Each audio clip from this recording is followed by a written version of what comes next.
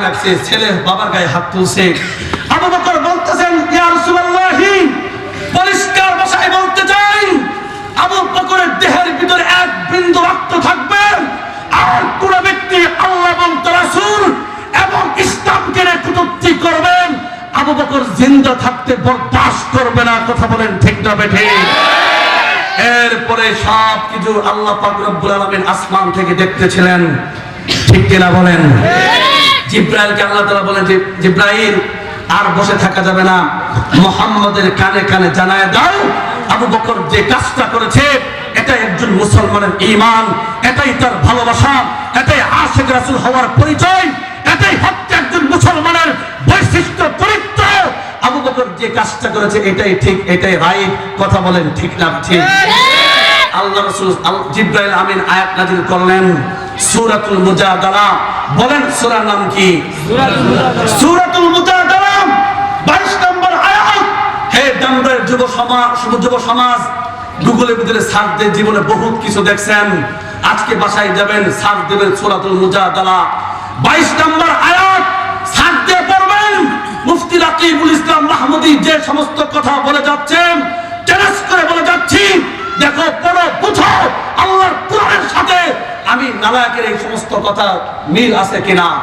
মুহতারাম হাজিরিন, জিবরিল আমিন আয়াত নাযিল করলেন, পয়গম্বরকে কানে কানে বলে দিলেন, লা তাজিদু কওমান ইউমিনুনা বিল্লাহি ওয়াল ইয়াউমিল আখির ইউআদ্দুনা মান হাদ্দাল্লাহ ওয়া রাসূলাহু ওয়ালাউ কানু আবাআহুম আও আবনাআহুম আও ইখওয়ানাহুম আও আশীরাতাহুম। হে মুহাম্মদ, এমন কোন জাতি, এমন কোন সম্প্রদায়, এমন কোন গোষ্ঠী আপনি পাবেন না যে গোষ্ঠী, যে জাতি, যে সম্প্রদায় আল্লাহ এবং আখিরাতকে বিশ্বাস করে, সেই জাতি, সেই সম্প্রদায় কষ্টিন কালে আল্লাহ এবং তার রাসূলের দুশমনদের সাথে বন্ধুত্ব স্থাপন করবে না। কথা বলেন ঠিক না ঠিক? সেই আল্লাহ এবং তার রাসূলের দুশমন যদিও নিজের পিতা হয়, ওয়ালাউ কানু আবাহুম, যদিও নিজের পিতা হয়, আও আবনাআহুম, যদিও নিজের সন্তান হয়, আও ইখওয়ানাহুম, যদিও নিজের ভাই ব্রাদার হয়, আও আশীরাতাহুম, সেই আল্লাহ এবং তার রাসূলের দুশমন যদিও গোষ্ঠীর লোক হয়, সে আর যাই করুক না কেন, যে জাতি, যে সম্প্রদায় আল্লাহ এবং আখিরাতকে বিশ্বাস করে, সেই জাতি, সেই সম্প্রদায় আর যাই করুক না কেন আল্লাহ এবং তার রাসূলের দুশমনদের সাথে পিরিত মারবে না। কথা বলো ঠিক না বেঠিক? মুহতারাম হাজিরিন, আয়াত থেকে পরিষ্কার স্পষ্ট মেসেজ আমাদের জন্য। পৃথিবীর সমস্ত ইসলামী স্কলার, পৃথিবীর সমস্ত ইসলামী ফকিহ, সমস্ত মুফাসসির, সমস্ত মুহাদ্দিস একমত পোষণ করেছেন, আল্লাহ এবং তার রাসূলকে যারা কটূক্তি করবে, গালিগালাজ করবে, ব্যঙ্গচিত্র করবে, তাদের একমাত্র শাস্তি হবে মৃত্যুদণ্ড। কথা বলেন ঠিক না বেঠিক?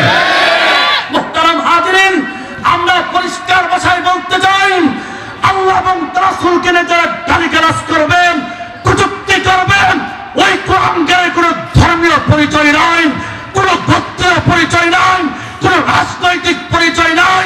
ওই কোরআনগার আল্লাহ এবং তার রাসূলের দুশমনের একটাই পরিচয়, সে বিশ্ব সভ্যতার দুশমন, মানবতার দুশমন, আল্লাহ এবং তার রাসূলের দুশমন।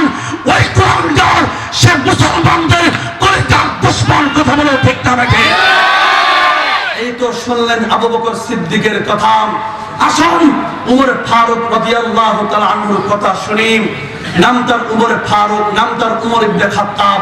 বলেন নামটা কি? উমর ইবনে খাত্তাব। কিন্তু হঠাৎ করে তার নাম হয়ে গেল উমর ফারুক। আমাদের সমাজের ভিতরে একটা বাচ্চার নাম যখন আমরা রাখি, বাবু, ময়না, পাখি, টিয়া, বলেন এই সমস্ত নামের একটা শানে-নজুল আছে না নাই? বলেন একটা প্রেক্ষাপট আছে না নাই? একটু শান্ত সূর্য গুলগাল হইলেন, নাদুস-নুদুস হইলে নাম রাখি বাবু, এটা একটা শানে-নজুল। কথা বলেন ঠিক কিনা? কিন্তু তার নাম উমর ইবনে খাত্তাব, হঠাৎ করে তার নাম হয়ে গেল উমর ফারুক। আল ফারুক শব্দের অর্থ হচ্ছে সত্য মিথ্যার পার্থক্যকারী। বলেন আল ফারুক শব্দের অর্থ কি? সত্য মিথ্যার পার্থক্যকারী। নাম তার উমর ইবনে খাত্তাব, কিন্তু হঠাৎ করে নাম হয়ে গেল উমর ফারুক। শানে-নজুল আছে না নাই? কিভাবে বুঝবেন শানে-নজুল? দুই ব্যক্তি ঝগড়া লাগছে সেচের পানি নিয়ে। আপনাদের ধান লাগা লাগায় না? সেচ দিয়ে পানি দেয় না? পানি যে দিতেছেন এই দিয়ে ড্রেন দিয়ে, একজনে তার ড্রেন তার ক্ষেতের পানি অফ করে নিজের খেতে দেয়, আরেকজনে এসে তার ক্ষেতের পানি অফ করে নিজের খেতে দেয়। দুই ব্যক্তি বাসে ঝগড়া, ঝগড়ার মীমাংসা কি হবে? আল্লাহ রাসূল তখনও তো চিন্তা করলো, চলো আল্লাহর নবীর কাছে যাই, আল্লাহর নবী ফয়সালা করে দিবে সুন্দর করে। দুই ব্যক্তি চলে গেল আল্লাহর নবীর কাছে। আল্লাহর নবীকে সবকিছু খুলে বললেন, সংক্ষিপ্তভাবে বলতেছি আপনাদের কাছে। আল্লাহর নবী বললেন সবকিছু শোনার পরে, তুমি সত্যবাদী, তুমি মিথ্যাবাদী। এই কথা বলার পরে ওই ব্যক্তি আল্লাহর রাসূলের দরবার থেকে বের হয়ে গেল। দরবার থেকে বের হয়ে মিথ্যাবাদী লোকটা বলতেছে, বিচার মানি মাগার তাল গাছটা আমার। কথা মনে বোঝেন নাই? বুঝলে তারা হাসি দিতেন। বিচার মানে মাগার তাল গাছটা, তার মানে বিচার আমি এই বিচার আমি মানি না, বিচার আমি মানি না। সত্যবাদী লোকটা আশ্চর্য হয়ে গেল যে আখেরি নবী, শেষ নবী, ওনার চাইতে দামি মানুষ আর পৃথিবীতে আল্লাহর পরে যার স্থান, তার বিচার মানবি না? তোর এত বড় সাহস, তুই বিচার মানবি কার? সে সুন্দর করে বলে, আমি আবু বকরের বিচার মানব। কার বিচার মানবে? আলোচনা বলে কার বিচার? সত্যবাদী লোকটা বলতো, ঠিক আছে আবু বকরের দরবারে চলো। আবু বকরের দরবারে গেলেন, সবকিছু খুলে বললেন। সত্যবাদী লোকটা বলছে, আবু বকর এই বিচার আল্লাহ রাসূল একবার করছে। আবু বকর বলতেছেন, যে বিচার রাসূল করছেন ওই বিচার আমি নাক গলাবো না, কলম ধরবো না, বের হয়ে যা আমার ঘর থেকে। বের করে দিলেন দরবার থেকে। দরবার থেকে বের হয়ে বললে, বিচার মানে মাগার তাল গাছটা আমার। বিচার তার বিপক্ষে গেছে, এজন্য বিচার বিচার বলেন তো। এমন ঘাওড়ানো এক ভয়মূলক সমাজ আছে না নাই? আর জোরে এখন এমন দুই দিনে ঘাওড়া সব সমাজে আছে। সারা বাংলাদেশ তো বয়ান করে জিজ্ঞাসা করলে খুব আওয়াজ করে বলে, জি হুজুর আছে। মানে তার পক্ষে বিচার গেলে এই বিচার মানতে না রাজি না। কথা বলেন ঠিক না বেশি? এক্ষুনি হাসিনা বলতো, মার মার মার, আমার পাওয়ার দরকার, পাওয়ার। বলে কি বলে নাই? হাসিনা বলেন 2000 ছাত্র বাঁচে, রক্তের পিপাসা মিটে নাই, তো মার, আমার পাওয়ার দরকার। কি দরকার? ও আনিস সূত্রে পাওয়ার, এই গাওরামিটা পাইছে ওই ব্যক্তির কাছ থেকে। কথা বলেন ঠিক না বেশি? মুহতারাম হাজিরিন, বিচার আমি মানি না, তার কাছে আমার। আশ্চর্য হয়ে গেল, আল্লাহ রাসূল বিচার করলো, আবু বকর বিচার, এখন বিচার কারটা মানবি? ওই এবার ওমরের দরবারে যান। বলেন কার দরবারে? যে ওমর রাস্তা দিয়ে হাঁটলে শয়তান 40 দিন রাস্তায় যেত। কথা বুঝেন নাই? যেই ওমরের নাম শুনলে বাচ্চারা পেশাব করে দিত। রাতের বেলা যদি বাচ্চারা না ঘুমায়, মায়া যদি বলতো ওমর আইতাছে, খবরদার ঘুমা, বাস বাচ্চা ঘুমাই যেত। তার নাম কি? ওমরের দরবারে যাবে, খেলা হবে। এক কথা মান ঠিক না বেশি? আজকে কি হবে? ওমরের দরবারে গেছে, যাওয়ার পরে ওমর সবকিছু শোনার পরে সত্যবাদী লোকটা বলতেছে, ওমর এই বিচার তো আল্লাহ রাসূল করছেন, আবু বকর করছেন। এই বদমাইশ বলে বিচার মানে মাগার তাল গাছটা আমার। ওমর বলতেছেন, ঠিক আছে তোরা দুজনে খারাপ, একটু ঘর থেকে আসি। কথা বোঝেন নাই? তোরা দুজনে খারাপ, আমি ঘর থেকে একটু আসি, এখন খেলা হবে। কথা বলেন ঠিক না বেশি? মুহতারাম হাজিরিন, দামদার যুবক বাইরা কান খাড়া করে এই কথাটা শুনো। ওমর ঘরের ভিতরে গেছেন, নাঙ্গা তরবারি নিয়েছেন, বের হয়েছেন, মিথ্যাবাদী লোকটার গর্দনের উপরে রাখছেন। রাখার পরে বলতেছেন, যেই বিচার আল্লাহ রাসূল করছেন, আবু বকর করছেন, সেই বিচার যদি কোনো ব্যক্তি না মানে, সে আর যাই হোক না কেন, সে মুসলমান হতে পারে না, মুমিন হতে পারে না, সে গুস্তাখ রাসূল, শাতিব রাসূল, সে আল্লাহ রাসূলের দুশমন, তার দুনিয়াতে বেঁচে থাকার কোনো অধিকার নাই।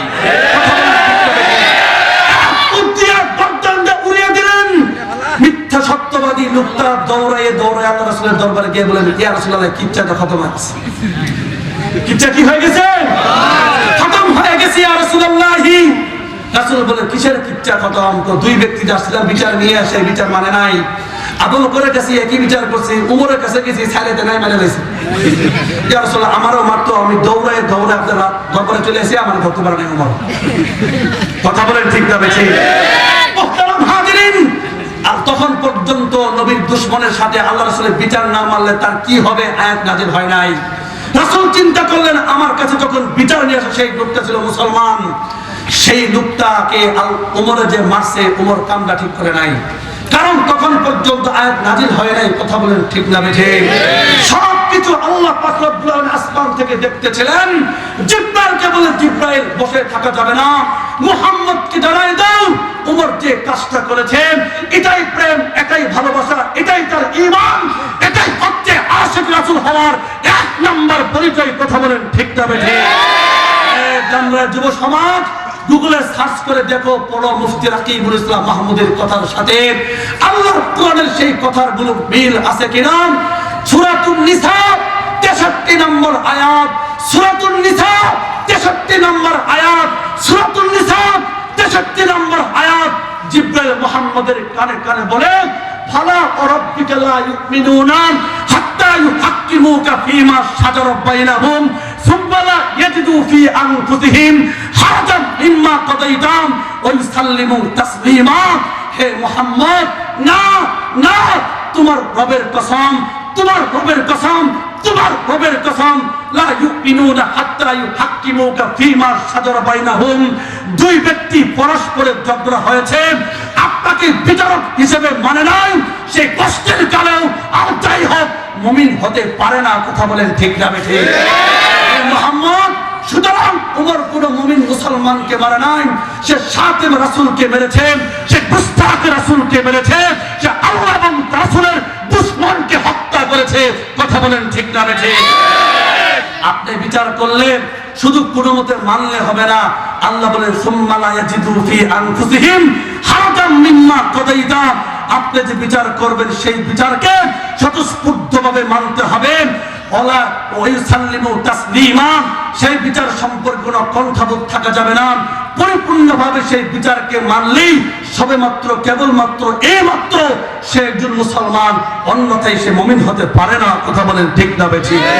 মুহতারাম হাজিরিন, সূরাতুন নিসা 63 নম্বর আয়াত থেকে সমস্ত মুহাদ্দিস, সমস্ত মুফাসসির, সমস্ত ফকিহ, সমস্ত ইসলামী স্কলার একমত পোষণ করেছেন, আল্লাহ এবং তার রাসূলের দুশমন, ইসলামের দুশমন, নাস্তিকের মুরতাদদের সর্বোচ্চ শাস্তি হবে মৃত্যুদণ্ড। কথা বলেন ঠিক না বেঠিক? হাজিরিন, এই তো শুনলেন মানুষের কথা। আসসারিমুল মাসদুল আলা শাতিম রাসূল 214 নম্বর পৃষ্ঠায় একটা ঘটনা আছে। আল্লাহর নবী হাদিস বর্ণনা করেছেন। কি হাদিস? এই তো মানুষের ব্যাপারে বিচার, যদি জিন জাতি অদৃশ্যভাবে যারা থাকে তাদের বিচার কি হবে? কথা বলেন ঠিক কিনা? যদি জিন জিনাই কাজ করেন তারা কি হবে? কান খাড়া করে শুনেন। একটা জিন ছিল, এক পৃথিবীর বুকে সর্বপ্রথম পাহাড় ছিল। সর্বপ্রথম যে পাহাড়টি স্থাপিত হয়েছে সেই পাহাড়ের নাম হলো আবু কাবিস পাহাড়। বলেন, সর্বপ্রথম পাহাড়ের নাম কি? আবু কাবিস পাহাড়। এই পাহাড়ের সামনে দাঁড়িয়ে আল্লাহর নবী চাঁদকে ইশারা করেছিলেন, মুহূর্তের মধ্যে চাঁদ দ্বিখণ্ডিত হয়ে গিয়েছিল। এই পাহাড়ের অপর প্রান্ত থেকে কেউ জানি কবিতার মাধ্যমে বলে, মেরে ফেলে মুসলমানদের, তাদের বাঁচতে দিও না, জয় গঙ্গা ও মূর্তি পূজার লাটের উপাসনা ছিল না। আল্লাহ রাসূলকে গালি দিতেছেন। ওই সময় মুসলমানরা কোনো মতে ঈমান নিয়ে বেঁচে আছেন। এই সময় আবার অদৃশ্যভাবে এই আওয়াজ আসে। মুসলমানদের কি বিপদ চিন্তা করে দেখেন। এই কাফের বেঈমান মুশরিকেরা মুসলমানদের কানে কানে গিয়ে বলে, আমাদের পণ্ডিতরা বলে তোমাদেরকে মারতে নাই, ওরা মিথ্যা কথা বললাম, অদৃশ্যভাবে আওয়াজ হয় তোমাদেরকে মেরে ফেলতে, দেশ থেকে দেশান্তর করতে। তোমরা কত বড় খারাপ লোক। মুসলমানরা কিং কর্তব্য বিভোর হয়ে গেল। ভঙ্গুর মন নিয়ে ভারাক্রান্ত হৃদয় নিয়ে আল্লাহ রাসূলের দরবারে গেছে। রাসূলের কাছে আ করার পর রাসূল বলে, বলতে হবে না, কি বলবো তা জানি। আল্লাহু আকবার বলেন। এই যে স্লোগান যে দিয়েছে সেটা হলো একটা জিন শয়তান। বলেন, কি শয়তান? জিন শয়তান। এই জিন শয়তান শয়তানি করে তোমাদেরকে এই কথা বলতেছে। সান্ত্বনা দিলেন আর বললেন, অপেক্ষা করো, আল্লাহ তাআলা তাকে শায়েস্তা করবে। মুসলমানরা সান্ত্বনার বাণী নিয়ে বাসায় চলে গেলেন। একদিন যা, 2 দিন যা, কোনো ঘটনা ঘটে না। 3 দিনের দিন সন্ধ্যা বেলায় ওই পাহাড়ের অপর প্রান্ত থেকে কেউ জানি কবিতার মাধ্যমে বলে, 3 দিন 3 রাত খুঁজি ফিরিবার পর ভাগে পাওয়ার সাথে সাথে তাকে হত্যা করিলাম। কথা বুঝেন নাই? তখন মুসলমানরা আনন্দ উৎসব করতে লাগলো, আর কাফেররা মুখ থুবড়ে জমিনে পড়লো। মুসলমানরা আনন্দ করতে করতে রাসূলের দরবারে আসলো। রাসূল বলবেন, চুপ, কি বলবা জানি, শুনো, সেই অনেক বড় এক জিন, সেই জিনের নাম হচ্ছে মিসহার। বলেন কি হার? মিসহাস। মিসহাস বলেন কি হার? মিসহাস জিন। এই জিন হলো, এই জিন একটা কাফের জিন ছিল। এই জিন আমার কাছে আসছে, এসে আমার কাছে মুসলমান হয়েছে। আমি তার নাম দিয়েছি আব্দুল্লাহ। মুসলমান হওয়ার পরে সে আমাকে বলি, ইয়া রাসূলুল্লাহি, আমার এক সাথী, আমার এক ভাই, তার নাম হলো মিসআর। সে কবিতার মাধ্যমে ইসলামকে নিয়ে আপনাকে গালিগালাজ করে, রাসূল গো আমাকে অনুমতি দিবেন, তার আমি মারবো, তাকে আমি কি করবো? আদর করবো। কি করবো? চুমা দিব। ইয়া রাসূলুল্লাহি, অনুমতি দিবেন? রাসূল বললেন ঠিক আছে, অনুমতি দিলাম, যা তাকে একটু আদর করে দে। এই মিসহাস নামক জিন, আব্দুল্লাহ জিন, গেলেন পাহাড়ের উপর প্রান্তে। একদিন, দুই দিন, তিন দিন খুঁজে খুঁজে বের করলেন। সন্ধ্যার সময় তাকে পেলেন। সন্ধ্যার সময় পেয়ে তাকে হত্যা করে, তাকে দাফন করার পরে সে দাঁড়ায় দাঁড়ায় পাহাড়ের অপর প্রান্ত থেকে কবিতা পড়ে 3 দিন 3 রাত খুঁজি ফিরবার পর ভাগে পাওয়ার সাথে সাথে তাকে হত্যা করিলাম। মুহতারাম হাজিরিন, এই যে জিন, এই জিনের অপরাধটা কি ছিল? সে আল্লাহ এবং তার রাসূলকে গালি দিয়েছিল। কথা বলেন ঠিক না? উমরকে যে ব্যক্তিকে মারলেন, সেই তার ব্যক্তির অপরাধ কি ছিল? সে আল্লাহ এবং তার রাসূলের বিচার মানে নাই। কথা বলেন ঠিক কিনা? আবু বকর তার পিতার গায়ে হাত তুললেন, থাপড়াতে বেহুশ করে ফেললেন। অপরাধ কি ছিল? আল্লাহ এবং তার রাসূলকে গালি দিয়েছিল। কথা বলেন ঠিক না? ঠিক। মুহতারাম হাজিরিন, এই তো শুনলেন দুইটি আয়াত শানে নজুল, একটি হাদিস। আরেকটি হাদিস আপনাদেরকে শোনাবো, বুখারী শরীফের সবচেয়ে প্রসিদ্ধ হাদিস। এই হাদিস যদি উলামায়ে কেরাম স্টেজের মধ্যে আছে, এই হাদিস যদি স্বৈরাচারের 15 বছরের আমলে কোন হুজুর, কোন আলেম, কোন বক্তা বলতো, বাপরে বাপ, তার 14 বছরের জেল হতো বিনা দোষে। কথা বলেন ঠিক না? ঠিক। এমন একটা গুরুত্বপূর্ণ হাদিস আপনারা কি শুনবেন না? দামরার মানুষ, আরে বাবু দুখুলিল হারামে মাক্কাতা বিগর ইহরামিন, বুখারী শরীফের এই অধ্যায়ের মধ্যে প্রসিদ্ধ এক হাদিস। হাদিসটা কি? আন আনাস ইবনে মালিক রাদিয়াল্লাহু তাআলা আনহু আন্না রাসূলুল্লাহ সাল্লাল্লাহু আলাইহি সাল্লাম, আনাস ইবনে আনাস রাদিয়াল্লাহু তাআলা থেকে বর্ণিত। কি সেই হাদিস? ফালাম্মা দাখালা আমাল ফাতহি ওয়া আলা রাসিহিল মিগফারু, আল্লাহ রাসূল যখন মক্কায় প্রবেশ করলেন, ফতে মক্কার সময়, মক্কা যখন বিজয় হলো, আল্লাহর নবী মক্কায় প্রবেশ করলেন, তখন তার মাথায় হেমলেট ছিল, লোহার হেমলেট। ফালাম্মা নাযাহু, হেমলেট যখন খুললেন, যা আরাদুলুন, একজন লোক এলো। লোক এসে বলতেছে, ফাকাল, লোকটা বলতেছে, ইন্নাবনা খাতালিন মুতাআল্লিকুন বিআস্তারিল কাবাতি, ইবনে খাতাল কাবা শরীফের গিলাফ ধরে বসে আছে। ফিদা খাতাম ইয়া রাসূলুল্লাহ। ফাকাল, রাসূল বললেন, উকতুলুহু, তাকে সেখানে হত্যা করো। তাকে কি করো? হত্যা করো। হাদিসটা বুঝবেন, আর একটু ক্লিয়ার করি। দামরায় মানুষ কষ্ট করতেন, হুজুর মক্কা যখন বিজয় হলো, রাসূল বললেন, হেরেমের ভিতরে যারা ঢুকবা, আবু সুফিয়ানের ঘরের ভিতরে যারা ঢুকবা, তাদের সমস্ত অপরাধ মাফ। তাহলে ইবনে খাতাল হেরেমের ভিতরে ঢুকে কাবা শরীফের গিলাফ ধরে বসে আছে, তাকে আল্লাহ রাসূল কেন হত্যা করতে বললেন? প্রশ্ন জাগে কি জাগে না? আচ্ছা, এটা হলো মক্কা বিজয়ের কথা। আর মক্কার কাবা শরীফ তৈরি হওয়ার থেকে নিয়ে কিয়ামত পর্যন্ত হেরেমের ভিতরে সমস্ত হত্যাকাণ্ড নিষেধ। মাসআলা, এই মাসআলা কি বলেন? হত্যাকাণ্ড নিষেধ। হাজী সাহেব যারা হজ করে আছে, হাত তুলেন তো। মাশাআল্লাহ, হাত নামান। বলেন, হেরেমের ভিতরে উকুন মারা যায়? কথা বলেন। মশা মারা যায়? পাখি মারা যায়? মশা পাখি মারা যেখানে হারাম, সেখানে মানুষ হত্যা করা আরো আগে হারাম। কথা বলেন ঠিক কিনা? তাহলে ইবনে খাতালকে আল্লাহ রাসূল বলতে হত্যা করো। ইবনে খাতালের প্রশ্ন, ইবনে খাতালের অপরাধটা কি হয়েছে? ঠিক কিনা বলেন? ইবনে খাতালের অপরাধটা কি? আরে ইবনে খাতালের অপরাধ যদি খুঁজে বের করতে চান, বুখারীর বিখ্যাত ব্যাখ্যা গ্রন্থ ফাতহুল বারী, ইবনে আলী আল হাজারি আল আসকালানি, অর্থাৎ ইবনে হাজার আসকালানি রাহমাতুল্লাহ আলাইহি ব্যাখ্যা করেছেন, ইবনে খাতাল প্রাথমিকভাবে একজন মুসলমান ছিলেন। আল্লাহ রাসূল যখন মদিনাতে ইসলাম স্টেট কায়েম করলেন, শরিয়া কায়েম করলেন, আল্লাহ রাসূল ইবনে খাতালকে বললেন, তোমাকে দায়িত্ব দিলাম, তুমি মদিনায় কর আদায় করবা। কি আদায় করবা? এই কথা বলে, কি আদায় করবা? তোমার সাথে একজন আনসারী সাহাবী দিলাম, একজন গোলাম দিলাম। এই গোলাম এবং আনসারী সাহাবী তোমাকে সহযোগিতা করবে। যাও। এই একজন আনসারী সাহাবী আর গোলামকে নিয়ে সে রওনা হয়ে গেল, কর আদায় করবে। রাস্তার প্রতিমধ্যে যাওয়ার পরে ইবনে খাতালের খিদা লাগছে। গোলামকে বললো, এই যে তোমার একটা মুরগি দিলাম, ভুনা করে নিয়ে আসো। এই গোলাম কি করছে, ভুনা করতে গিয়ে ঘুমায় গেছে। 1 ঘন্টা পরে ইবনে খাতালের আরো বেশি খিদা লাগছে। এরপরে বলতেছে, গোলাম তাড়াতাড়ি আমার খাবার দাও। গোলাম বলতেছে, আমার তো রান্না করতে মন নাই, আমি ক্লান্ত পরিশ্রান্ত ঘুমায় গেছিলাম, একটু অপেক্ষা করে রান্না করে দিচ্ছি আপনাকে। এই কথা বলতে দেরি হয়েছে, ইবনে খাতাল রাগের বশবর্তী হয়ে সেই গোলামকে হত্যা করে ফেলেছে। গোলামকে হত্যা করার পরে সে চিন্তা করে, যদি মদিনায় যায়, মদিনাতে ইসলাম স্টেট কায়েম হয়েছে, তাহলে হত্যার বদলে হত্যা নেবে রাসূল। মদিনা আর যাবো না, যাই মক্কায় চলে যায়। মক্কায় চলে গেছে। মক্কায় চলে গিয়ে সে ক্ষান্ত হয় নাই, কাফের হয়ে গেছে। কাফের হয়ে যেখানে ক্ষান্ত হয় নাই, সে একজন কবি সাহিত্যিক ছিল। আর তার 2 দাসী ছিল, দাসী বাদী। ওই 2 বাদীও ছিল কবি সাহিত্যিক। এই 2 দাসী মিলে আর ইবনে খাতাল কবিতার মাধ্যমে আল্লাহ এবং তার রাসূলকে নিয়ে গালিগালাজ করত, আল্লাহর নবীর স্ত্রীদের বিরুদ্ধে বাজে মন্তব্য করত, সাহাবাই কেরামের স্ত্রীদেরকে বাজে মন্তব্য করত, ইসলামকে নিয়ে কটূক্তি করত। সেদিন আল্লাহ রাসূল এই সংবাদ পেয়ে তার কবিতা শুনে বহুত কষ্ট পেয়েছিলেন। কথা বলেন ঠিক না বেঠিক? তখন ইবনে খাতাল চিন্তা করলেন, যখন মক্কা বিজয় হয়ে গিয়েছেন, এখন তার বসে থেকে লাভ নাই, যেখানে পাবে আমার সেখানে হত্যা করবে। তার চেয়ে বালা নবী ঘোষণা করছে, হেরেমের ভিতরে ঢুকলে সব অপরাধ মাপ যায়। হেরেমের ভিতরে কাবা শরীফে গিলাফ ধরে বসে থাকি, পুন্ডামি আর ফাইজলামি আর আকাম কুকাম তো কম করি নেই। কথা বলেন ঠিক না বেঠিক? কিন্তু আবু বুরজা সাদ ইবনে হারেসা সংবাদ দিলেন, ইয়া রাসূলুল্লাহ, ইবনে খাতাল তো কাবা শরীফের গিলাফ ধরে বসে আছেন, কি করব, রাসূলকে হত্যা করুন। আবু বুরজা সাদ ইবনে হারেসা বলতেছে, ইয়া রাসূলুল্লাহ, মক্কা কাবা শরীফের ভিতরে হত্যাকাণ্ড নিষেধ, আপনি মাসলা দিবেন।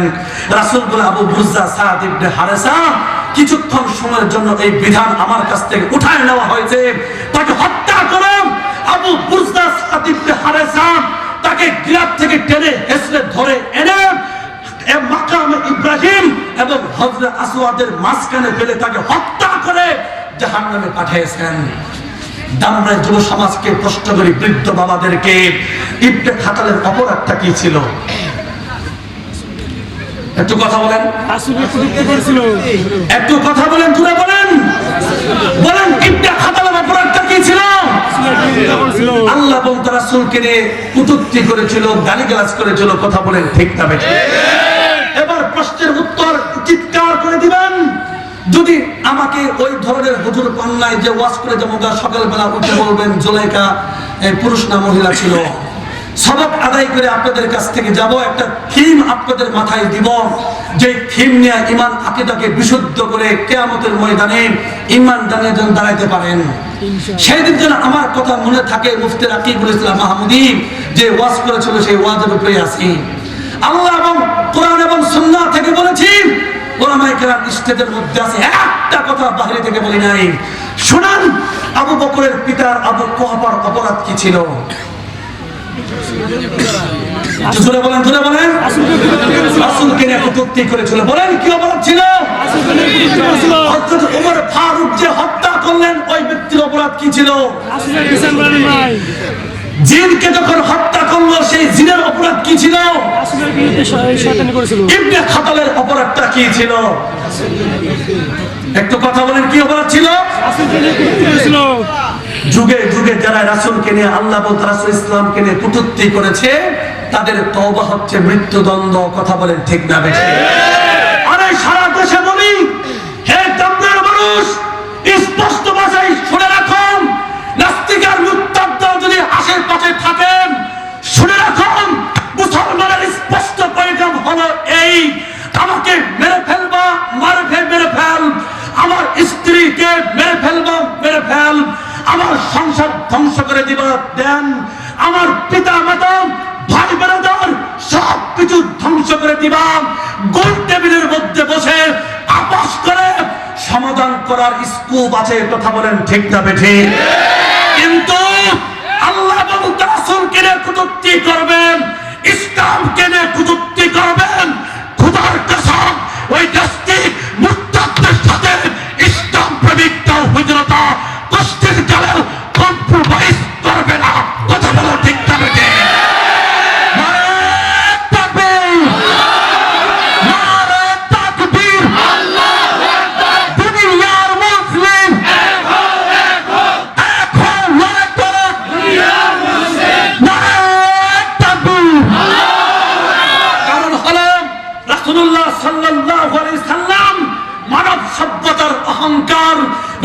রাসূলুল্লাহ সাল্লাল্লাহু আলাইহি ওয়াসাল্লামের কাছে গোটা মানব জাতি ঋণী।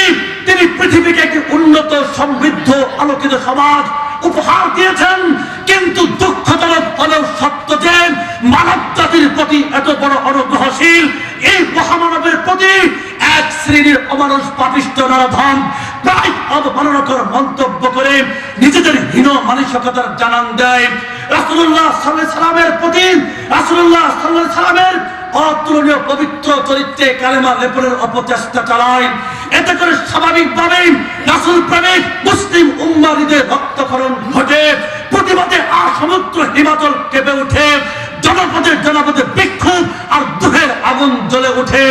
অনেক সময় সাম্প্রদায়িক দাঙ্গা বেঁধে যায়, ফলে বিপর্যয় আর বিশৃঙ্খল আগুনে সমাজ পুরে সরকার হয়। কথা বলেন ঠিক না বেঠিক? 53 বছরে আমরা বলেছিলাম নাস্তিকার মুক্তারদের সর্বোচ্চ শাস্তি হবে মৃত্যুদণ্ড। 10 থেকে 12 জন শাসক গত হয়েছে।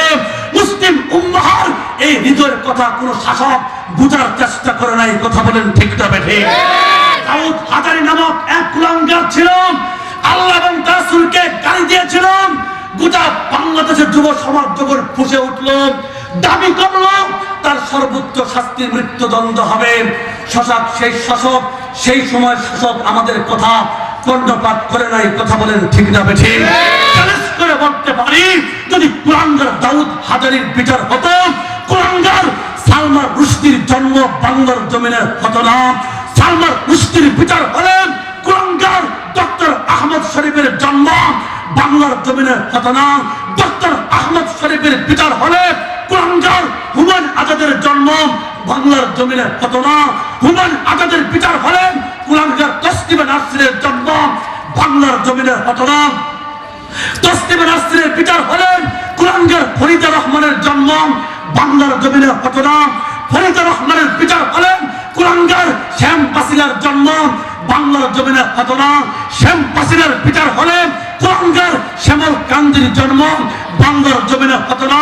শ্যামল কান্তির বিচার হলে কবির চৌধুরীর জন্ম বাংলার জমিনে হতো না। কবির চৌধুরীর বিচার হলে কবি শামসুর রহমানের জন্ম বাংলার জমিনে হতো না। কবি শামসুর রহমানের বিচার হলে কুলাঙ্গার হাসানুল হক এনু, রাশেদ খান বেনল, মুর্কিচুরা শাহরিয়ার কবির জন্ম বাংলার জমিনে হতো না। তার বিচার হলে ইমরান এইচ সরকার, কুলাঙ্গার লতিফ সিদ্দিকী, কুলাঙ্গার আজাদপুরের জন্ম বাংলার জমিনে হতো না। হে যুবক, এটাকে বলা হয় only on dose complete for food delete. এক নাস্তিককে ফাঁসির কাস্তে ঝুলিয়ে শুধু নাস্তিককে সাইজ করার বিধান আল্লাহ পাক রব্বুল আলামিন ইসলামে পাতলে দিয়েছেন। পরিষ্কার ভাষায় বলতে চাই, আল্লাহ এবং তার রাসূলকে কটূক্তি করবে, আল্লাহ এবং তার রাসূলকে গালিগালাজ করবে, জীবন থাকবে কি থাকবে না পরোয়া করবে না। খোদার কসম, নাস্তিক বেঈমানদেরকে, শাতিব রাসূলদেরকে, গুস্তাখ রাসূলদেরকে, নবীর দুশমনদেরকে শাহজালালের পুণ্যভূমিতে থাকতে দেওয়া হবে না, থাকতে দেওয়া হবে না। ঠিক কিনা বলো?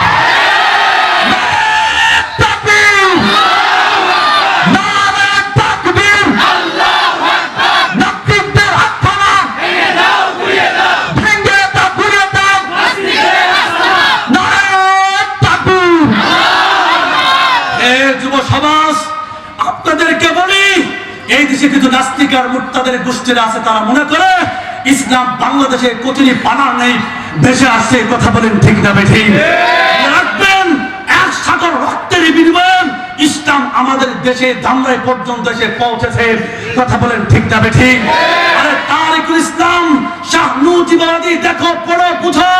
হে যুব সমাজ, কত নোবেল বই পড়লাম, কত আধারাতের বঙ্গিনী পড়লাম, তারিকুল ইসলাম শাহ নূরজীবাদী পড়বা, বুঝবা, দেখুন আমার সেই কথাগুলো আছে কিনা, মিল আছে কিনা।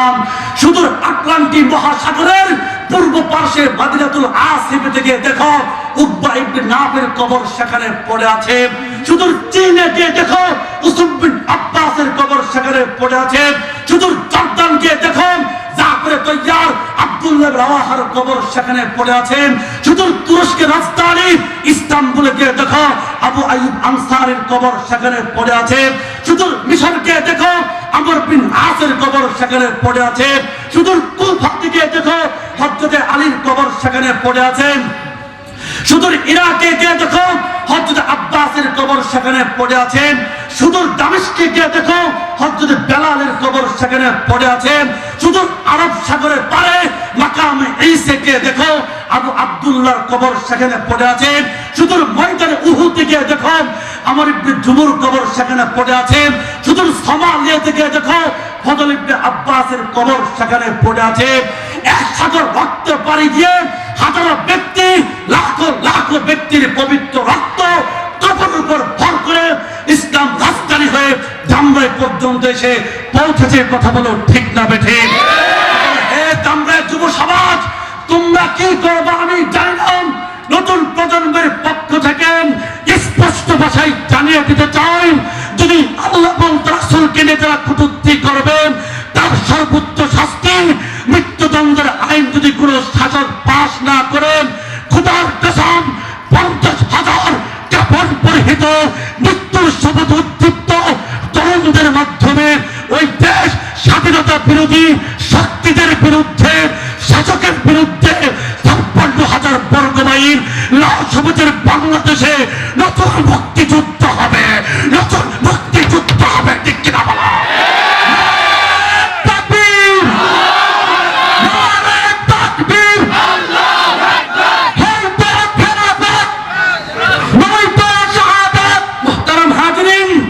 পরিষ্কার কথা শোনেন, হে জামরাই যুব সমাজ, তোমাদের মূল্য তো বুড়া মানুষের কাছে নাই। কথা বলেন ঠিক না বেঠিক? মুরব্বীরা তোমাদের একটু দাম দিতে চায় না। কথা বলো ঠিক না বেঠিক? শোনো, মুফতি রাকিবুল ইসলাম মাহমুদের কাছে প্রত্যেকটা যুবক এক একটা আম কাঁঠালের বিচির মতো দামি। শোনো, এক একটা আম কাঁঠালের বিচির ভিতরে হাজার হাজার লক্ষ লক্ষ আম কাঁঠাল লুকায়িত থাকে।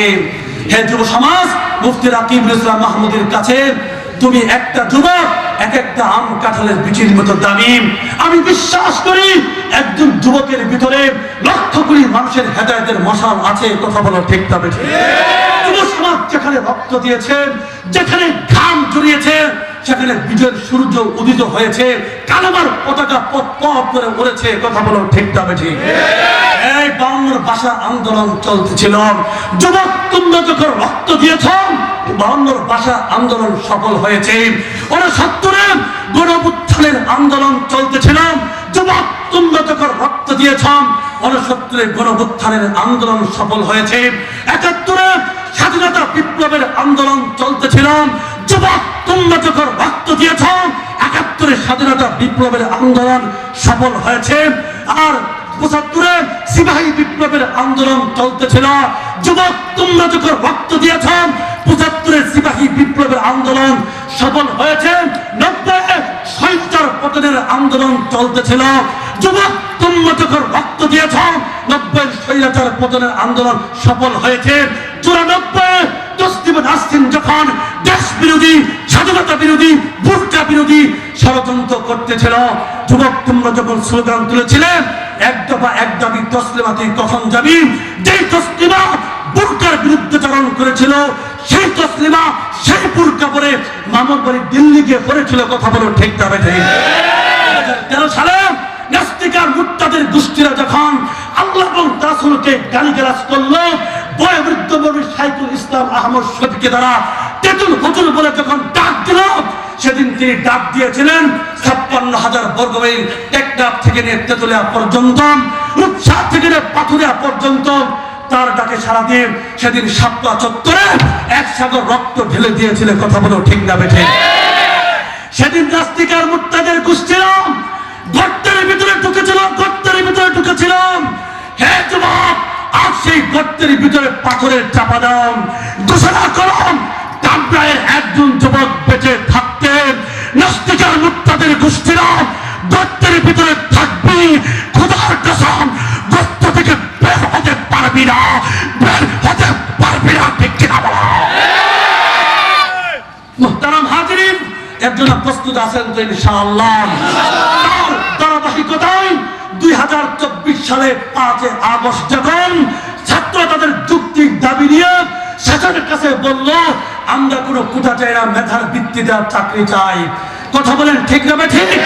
সেদিন স্বৈরাচার শেখ হাসিনা তাদেরকে রাজাকার বলে গালি দিয়েছিল, কথা বলেন ঠিক না ঠিক?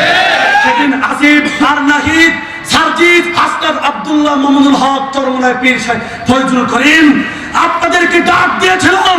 সারা বাংলাদেশের সমস্ত মানুষ যখন রাজপথে বের হয়েছিলেন, সেদিন স্বৈরাচার খুনি হাসিনা শেখ রেহানা বিমানবন্দরের লেজ গুটিয়ে মামুর বাড়ি দিল্লির কুলে গিয়ে পড়েছিল, কথা বলেন ঠিক না ঠিক? আমরা যুব সম্প্রদায় আজ সেই সীমান্তে কাঁটাতারের বেড়া লাগান, তালা বন্ধ করাম, কষ্টের কারণ এই দেশের ছাত্র সমাজ বেঁচে থাকতে কোরআনকার শেখ হাসিনা শেখ রেহানা বাংলার জমিনে ঢুকতে পারবি না, ঢুকতে পারবি না, ঠিক কিনা বলা? প্রস্তুত আছেন তো ইনশাআল্লাহ? প্রস্তুত আছেন তো ইনশাআল্লাহ? ওই খুনি হাসিনা মাঝে মাঝে ফোন করলে বলে চট করে বাংলাদেশে ঢুকবে, কথা বলেন ঠিক যাবে ঠিক? আমরা বলি আপা ম্যাডাম আসেন, আসেন। ছাত্র সমাজ একবার কিক দিতে ভুলে গেছেন না, এবার কিক দিবে ছাত্র সমাজ মোদির পকেটে গিয়ে পড়বেন, কথা বলেন ঠিক যাবে ঠিক? সেখানে দেশ নিয়ে ষড়যন্ত্র করে কখনো আনসার লীগ, কখনো ডাক্তার লীগ, কখনো সাদ লীগ, কখনো ইসকন লীগ, কথা বলেন ঠিক যাবে ঠিক? কখনো আবার দেখবেন মোবাইল লীগ, ব্যাংক রিক্সা চালা লীগ, এগুলো আসে, কথা বলেন ঠিক যাবে ঠিক? মানে এদের রুহু যে কত জায়গায় ছড়াইছে আল্লাহ ভালো জানে, কথা বলেন ঠিক যাবে ঠিক? পরিষ্কার ভাষায় বলতে চাই, আমার দেশের স্বাধীনতা যদি বাধাগ্রস্ত হয়, আমার দেশের সার্বভৌমত্ব যদি ভুলণ্ঠিত হয়, আমার দেশের ধর্মপান জনগণের দিন ও ধর্মের উপর যদি আগ্রাসন চালানো হয়, যেন প্রত্যেকের সঙ্গে বলতে চাই সকল চক্রান্ত ষড়যন্ত্রের জাল ছিন্ন ভিন্ন করে হিমালয় সম বাধা বিপত্তি দুমড়ে মুচড়ে দলিত নথিত পৃষ্ঠ করে আমার দেশের স্বাধীনতা হেফাজত করে ছাড়বো। কে কে রাজি আছেন হাত তুলে দেখা? রাজি আছেন তো ইনশাআল্লাহ? সাথে সাথেই মেসেজ দিতে চাই, দিন ও ধর্মের মহিমা সমুন্নত রাখতে প্রয়োজন রক্ত সাগর পাড়ি দিব, জীবনের সর্বোচ্চ উদার করে দিব। হেফাজত ইসলাম বাংলাদেশের আমির আল্লামা মুহিবুল্লাহ বাবু নগরী যদি দেশ রক্ষা করার জন্য, আল্লাহ নবীর ইজ্জত হেফাজতের জন্য, ধর্মের হেফাজতের জন্য ডাক দেন, তাহলে রক্ত দেওয়ার জন্য, জীবন দেওয়ার জন্য সাব্বাহ চত্বরে যেতে কে কে রাজি আছি? আল্লাহকে দেখা দাও, আল্লাহকে দেখা দাও। দুনিয়ার মুসলিম, দুনিয়ার মুসলিম, সাবিলুনা সাবিলুনা আল জিহাদ, আল জিহাদ, আল জিহাদ, আল জিহাদ, সাবিলুনা সাবিলুনা। শেষ কথা বলতে চাই, বাংলার মানুষ শেষ মেসেজ আপনাদেরকে দিতে চাই। শেষ কথা হচ্ছে এই, 1971 সালে আমি যুদ্ধ করে দেশ পেয়েছি, আর 5 আগস্ট যুদ্ধ করে দেশটাকে দখল মুক্ত করেছি, কথা বলেন ঠিক যাবে ঠিক? মুহতারাম হাজিরিন, স্বৈরাচার মুক্ত করতে 2000 ছাত্র তারা শহীদ হয়েছে, 30,000 ছাত্র পুঙ্গ হয়েছে। মনে রাখবেন, যদি স্বৈরাচার মুক্ত করার জন্য যদি 2000 জীবন দিতে পারেন, 30,000 যদি পুঙ্গ হতে পারে, তারা আহত হতে পারে, মনে রাখবেন এই দেশে ইসলাম কায়েম করার জন্য, খেলাফত কায়েম করার জন্য 2000 নয়, 2 লক্ষ 2 কোটি জীবন দিতে, রক্ত দিতে, রাত হতে থাকতে রাজি আছে, কথা বলা ঠিক যাবে। ইসলাম এখনো প্রতিষ্ঠা হয় নাই, সুতরাং আরেকটা বিপ্লব দরকার, বিপ্লব, কথা বলেন ঠিক কিনা? আরেকটা বিপ্লব দরকার, বিপ্লব, যে বিপ্লবের নেতৃত্ব দিবে বাংলাদেশ খেলাফত মজলিস, ইসলামী আন্দোলন বাংলাদেশ, বাংলাদেশ জামাতে ইসলাম ছাত্র শিবির, কথা বলো ঠিক যাবে। আর সেই আন্দোলনের প্রধান সিপাহসালার হবেন শাইখুল হাদিস আল্লাহ মামুনুল হক, মুফতি ফয়জুল করিম, ডক্টর শফিকুর রহমান, কথা বলো ঠিক যাবে। সেই আন্দোলনের পরে এই দেশে আল্লাহ নবীর ইজ্জতের হেফাজত হবে, ধর্মের হেফাজত হবে, এবং এই দেশের ভিতরে ইসলামী স্টেট শরিয়াত কায়েম হবে। সুতরাং সেই বিপ্লবের জন্য আমরা প্রস্তুত থাকব। সেই বিপ্লবের পরে 56,000 বর্গমাইল লাল সবুজের বাংলাদেশের সংবিধান হবে মহাপবিত্র ঐশী গ্রন্থ আল কোরআন। তো ইনশাআল্লাহ? আছেন তো ইনশাআল্লাহ? ইসলামেরই জন্য দেশের হয়েছে জন্ম, ইসলামের বিরুদ্ধে গেলে দেশ হবে ভিন্ন, ঠিক কিনা? ইসলামেরই জন্য দেশের হয়েছে জন্ম, ইসলামের বিরুদ্ধে গেলে দেশ হবে ভিন্ন। ইসলামের বিরুদ্ধে যারা নিয়েছে অবস্থান, এই বাংলায় ঠাই হবে না, যাও হিন্দুস্তান, ঠিক কিনা?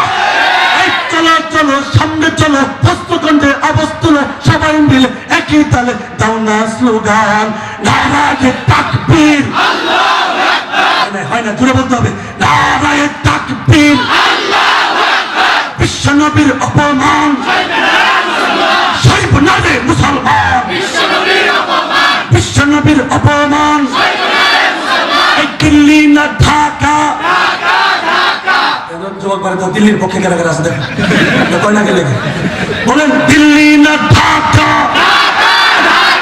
দিল্লির স্বপ্ন দেখেন না, যারা স্বপ্ন দেখেন এই স্বপ্ন বাদ, এই স্বপ্নকে আমার 14 তালাক দিছি, কথা বলে ডিভোর্স দিছি, ওটা আসবে না, কথা বলেন ঠিক যাবে, আনতে হলে হিলা করে আনতে হবে, কথা বলেন ঠিক যাবে, ঠিক। দিল্লি না ঢাকা, গুলামি না আজাদি, গুলামি না আজাদি, নারায়ে তাকবীর, আল্লাহু আকবার। মুসলমানের এই দেশেতে নাস্তিকদের ঠাঁই নাই, নাস্তিকদের পক্ষে যারা তাদের কোনো রক্ষা নাই, ঠিক কিনা? এই দেশেতে থাকতে হলে কোরআন মানতে হবে, কোরআন না মানলে তারা বিতাড়িত হবে, ঠিক কিনা? চলো চলো সামনে চলো, বস্তুকণ্ঠে আওয়াজ তুলো, সবাই মিলে একই তালে দাও না স্লোগান, নারায়ে তাকবীর, আল্লাহু আকবার, নারায়ে তাকবীর, আল্লাহু আকবার, নারায়ে তাকবীর, আল্লাহু আকবার। দিল্লি না ঢাকা, ঢাকা ঢাকা, দিল্লি না ঢাকা, ঢাকা ঢাকা, গুলামি না আজাদি, আজাদি আজাদি, গুলামি না আজাদি, আজাদি আজাদি। বিশ্বনবীর অপমান সইব না রে মুসলমান, বিশ্বনবীর অপমান, বিশ্বনবীর অপমান সইব না রে মুসলমান। নারায়ে তাকবীর, আল্লাহু আকবার, নারায়ে তাকবীর, আল্লাহু আকবার। প্রস্তুত আছেন তো ইনশাআল্লাহ? আমি জানি আগামী বছর দাওয়াত দিবেন না, আমারে আইসিতে হতো সব পয়লা গেলাম, কারণ স্বৈরাচার আমলে এত কথা বলতে পারিনি। দাওয়াত কর দিন হলো 365 দিন, ওয়াজ করতাম 30টা, কয়টা? ফেসবুক আর ইউটিউবে ওয়াজ শুনে বলে জঙ্গি হুজুর রাজাকার আনা যাবে না, স্বৈরাচার গেছে আর মাহফিল শুরু হয়েছে, কিন্তু আপোষ করি নাই, আলহামদুলিল্লাহ বলেন, কথা বলেন ঠিক যাবে, ঠিক। এই কণ্ঠ যতদিন আছে চলবে কার জন্য? আপনার কণ্ঠ কার জন্য চলবে? আল্লাহর জন্য চলে। প্রস্তুত আছেন না ইনশাআল্লাহ? আগামী আরেকটা বিপ্লবের জন্য প্রস্তুতি গ্রহণ করেন, আল্লাহ আপনাদেরকে কবুল করেন, বলেন আমিন। আমরা মানুষকে ভালোবাসি কার জন্য? মানুষকে ঘৃণা করি কার জন্য? মানুষের বন্ধুত্ব স্থাপন করি কার জন্য? মানুষের সাথে দুশ্মনী করি কার জন্য? সুতরাং কারোর সাথে কোনো দুশ্মনী নাই, কারোর সাথে কারো বন্ধুত্ব নাই, যদি থাকে সেটা আল্লাহর জন্য। কথা বলেন ঠিক আছে? আল্লাহ কবুল করে বলেন আমিন। টাকা পয়সা বহুত দিচ্ছেন আমার আগের হুজুরের কাছে, আমার কিছু দিয়ে দেন মসজিদ মাদ্রাসার মসজিদের জন্য। এই টাকা তো আমি নিয়ে যাবো না, আপনাদের এলাকায় থাকবে। কেউ যদি থাকেন 5,000, 10,000, 1 লাখ টাকা দিবেন হাতের ভিতরে। এই হাত দিয়ে তো মাশাআল্লাহ বহুত কোরআন শরীফ ধরছি আমি, হাফেজ কোরআন, কত আয়াত ধরছি, কত আয়াত ধরছি, কোটি কোটি বার কোরআন শরীফ ধরছি, বুকে দিয়েছি, আর আঙুল দিয়ে পড়ছি, হাতে ধরছি, এমন করে অক্ষর এমন করে জের জবর নাই, হাতের আঙুল থেকে বাদ দিয়েছি আলহামদুলিল্লাহ। শতবার খতম দিয়েছি, 20 বছর ধরে তো তারাবি পড়াই আলহামদুলিল্লাহ বলেন। এই হাতে কেউ কিছু যদি দেন তাহলে তাড়াতাড়ি দেন, দোয়া করে দেন, মুস্তাফির মানুষ, আল্লাহ আপনাদেরকে কবুল করে। বহুত দিচ্ছেন, আর যদি অল্প টাকা দিতে পারেন, সিমেন্ট, বালু, ইট, আর যদি কেউ কোনো টাকা পয়সা দিতে চান ইনশাল্লাহ আপনাদের মসজিদের জন্যই তো দেন। কে কে আছেন? যদি কেউ বাকি থাকেন আর কি আছেন কেউ? নাই নাই, লজ্জা দিবেন আমাদের মান সমান প্রেস্টিজের ব্যবসা আছে, আছে না নাই? এত বেশি বয়ান করলে ভুলে যাবেন কি ওয়াজ করছে। বলেন তো ওয়াজটা বুঝেন নাই? বাংলায় বলছেন ইংরেজিতে বলছি? স্পষ্ট বুঝছেন? আলহামদুলিল্লাহ। ভাই নাম কি? মিরাজ নারায়ে তাকবীর। আমার এক ভাই 1000 টাকা, মিরাজ ভাই 1000 টাকা, মারহাবা বলেন। নাম কি ভাই? মনির ভাই 500 টাকা, নারায়ে তাকবীর। আল্লাহ আমার ভাইদের দানকে কবুল। মিরাজ ভাই, মনির ভাই, একজনে 1000, একজনে 500। আল্লাহ তাদের দানের খবর শোনার মধ্যে নাই পৌঁছায় দাও। যে নিয়ত দান করছে আল্লাহ দিলেন নেক মাকাসাদ পূরণ করো। তাদের পিতামাতার সমস্ত গুনাহ মাফ করে দাও। আত্মীয় স্বজন যারা অন্ধকার কবরে শায়িত, প্রত্যেকের কবরকে জান্নাতুল ফেরদাউস নসিব কর, বলেন আমিন।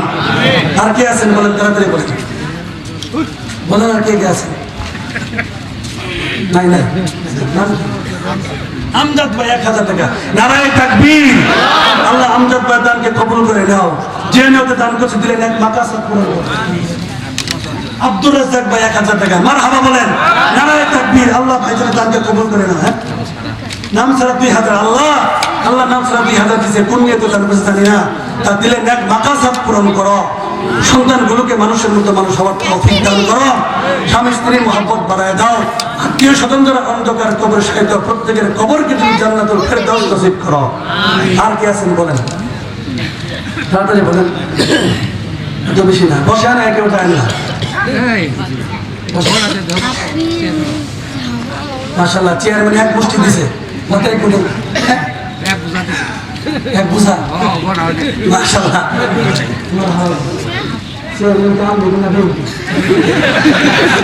আমগুলো তো বলাইছে, আর ব্যাংকগুলো তো দেওয়া বসে নাই, তখন না ঠিক দেখাচ্ছে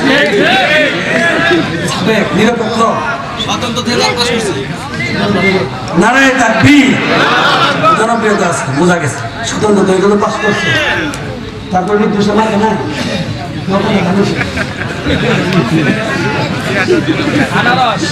আনারস মার্কা,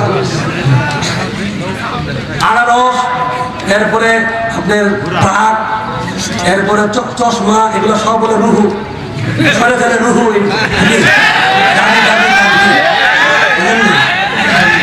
নারায়ে তাকবীর, নারায়ে তাকবীর, নারায়ে তাকবীর। কত সুন্দর চেহারা, নাম কি গো? লুৎফর রহমান চেহারা, আসেন না উনি? এই আসেন, মুসাফা করে আর আসেন না, তো মুসাফা করে নেমে দিছে, দাঁড়িয়ে দেখি সুন্দর দেখে। আমার তো মনে হচ্ছে চেয়ারম্যান সাহেব সাইকুল হাদিস। আল্লাহ কবুল করে বলে আমিন। আল্লাহ এমন মানুষকে তুমি বারবার ক্ষমতা দাও, জনগণের খেদমত করার তৌফিক দান করো, জনগণের সেবা করার তৌফিক দান করো। এমন চেয়ারম্যান আমরা বারবার চাই, কথা বলে ঠিক যাবে ঠিক। তার মুখে সুন্নতি লেবাস থাকবে, দাড়ি থাকবে, জুব্বা থাকবে, মাথায় টুপি থাকবে, জনগণের জন্য নিবেদিত প্রাণ হয়ে কাজ করবে, কথা বলেন ঠিক যাবে ঠিক। চাই কি চাই না? আল্লাহ কবুল করুন, আমিন। আল্লাহ আমার চেয়ারম্যান সাহেব লুৎফর রহমান চেয়ারম্যান, আল্লাহ দুনিয়াতে চেয়ারম্যান বানাইছো, আখিরাতে তুমি জান্নাতের চেয়ারম্যান বানাই দাও, আসলে কোন আমিন। আল্লাহ চেয়ারম্যান সাহেবকে কবুল, 40,000 মারহাবা বলেন, আর জোরে মারহাবা। আর কে আছেন বলেন?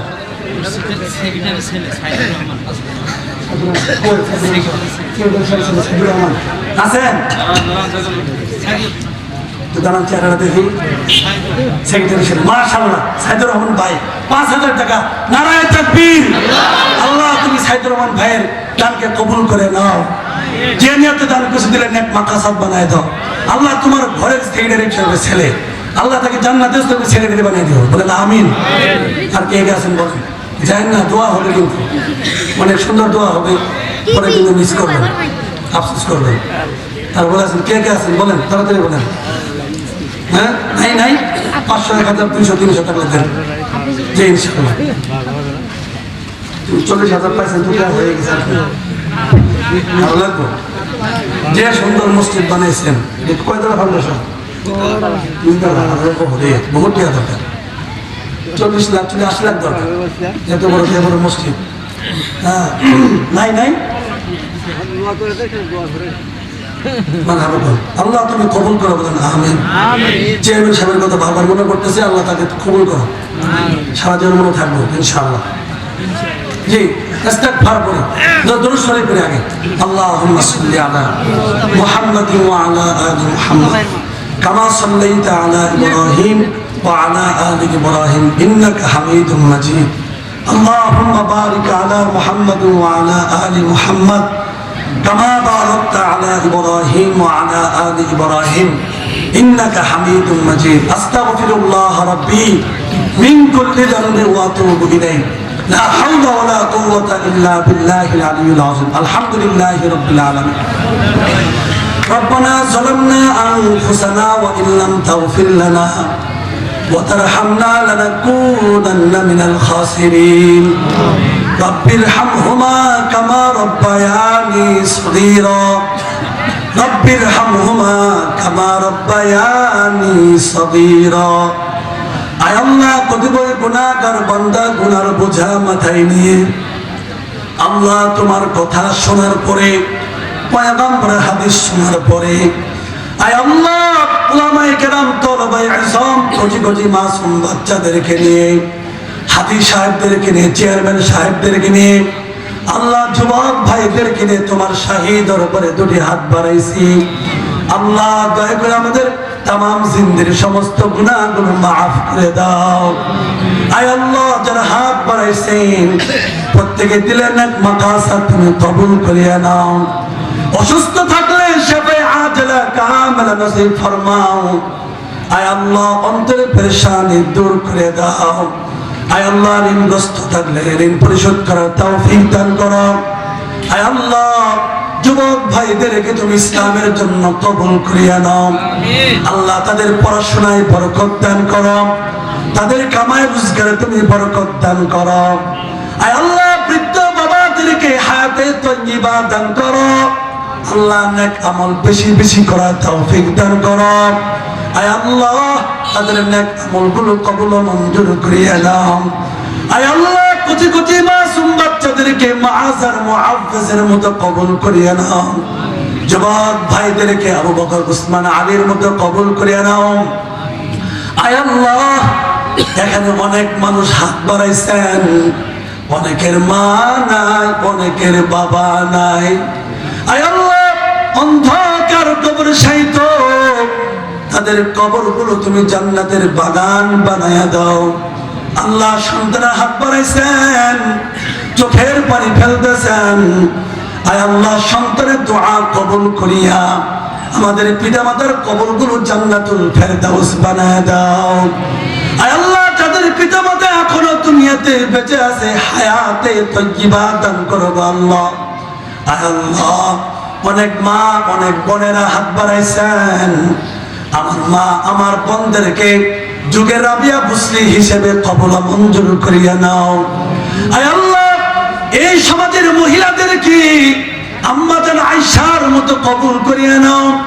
খাদিজাতুল কুবরার মতো বুদ্ধিমত্তা দান করো হযরত ফাতেমা রাদিয়াল্লাহু তাআলা আনহার মতো পর্দাশীল বানায় দাও আল্লাহ সমাজের মহিলাদেরকে আল্লাহ পাঁচ ওয়াক্ত নামাজি বানায় দাও আয় আল্লাহ রমজান মাসে রোজাগুলো রাখার তৌফিক দান করো আল্লাহ আয় আল্লাহ আমার মাদেরকে স্বামীর অনুগত্য করার তৌফিক দান করো আল্লাহ আমার মা বোনদেরকে সতীত্বের হেফাজত করার তৌফিক দান করো আল্লাহ পর্দাশীল বানায় দাও আল্লাহ জান্নাতের 8টা দরজা কিয়ামতের ময়দানে এই সমাজের মহিলাদের জন্য টাস টাস করে আল্লাহ তুমি খুলে দাও আয় আল্লাহ এই সমাজ থেকে কত কত বোন কত মা কত বাবা কত যুবক ভাই কত বাচ্চা বিদায় নিয়ে চলে গেছেন অন্ধকার কবরে শায়িত প্রত্যেকের কবরগুলো আল্লাহ তুমি জান্নাতের বাগান বানায় দাও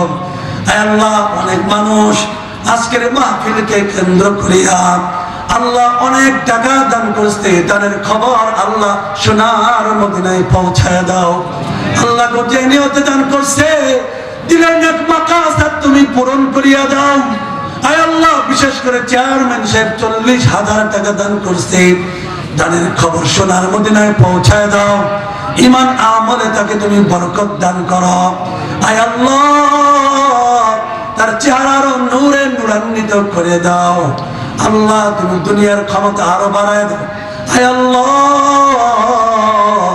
এই সমাজের প্রত্যেকটা মুসলমানদেরকে ঈমান আমলের মতো আমাদের উপর অটল অবিচল থাকার তুমি তৌফিক দান করো আল্লাহ এই মাহফিল কমিটিকে তুমি কবুল করে নাও আল্লাহ মসজিদ কমিটিকে কবুল করে নাও, এই সমাজের মানুষদেরকে আল্লাহ তুমি কবুল করে নাও, মাইকম্যান, প্যান্ডেলম্যান, আল্লাহ যারা এই আয়োজন করেছে, সহযোগিতা করেছে, সকলের কাজের ভিতরে আল্লাহ ইমান আমলের ভিতরে, কামাই রোজগারের ভিতরে আল্লাহ তুমি বরকত দান করো।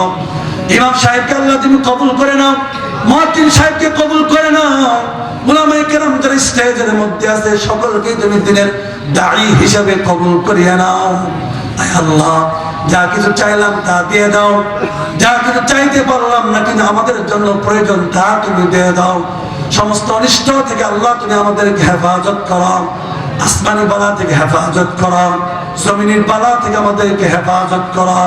আয় আল্লাহ, তোমার নবীর ইজ্জত হেফাজতের জন্য, তোমার ইজ্জত হেফাজতের জন্য, ইসলামের হেফাজতের জন্য আমি মুফতি রাকিবুল ইসলাম মাহমুদের রক্তকে তুমি আল্লাহ কবুল করে নাও। সুবহান রাব্বিকা রাব্বিল ইজ্জাতি আম্মা ইয়াসিফুন ওয়া সালামুন আলাল মুরসালিন ওয়ালহামদুলিল্লাহি রাব্বিল আলামিন। মওতের সময় সবার জবানে জারি করে দিও কালিমায়ে তাইয়্যিবা লা ইলাহা ইল্লাল্লাহু মুহাম্মাদুর রাসূলুল্লাহ সাল্লাল্লাহু আলাইহি ওয়াসাল্লাম।